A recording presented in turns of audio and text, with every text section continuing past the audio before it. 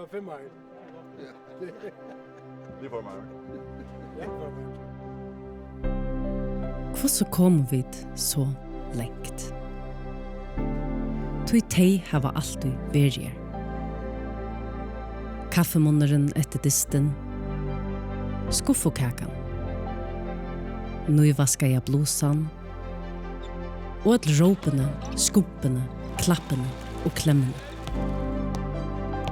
Og så løtan tar vi saman halda åndene.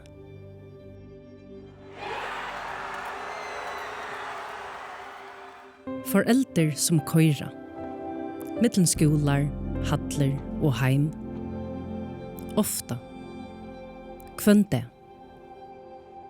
Og tog vi tíma a bruka tímar, og tímar. Og på løter som hesar, men eisne som hesar.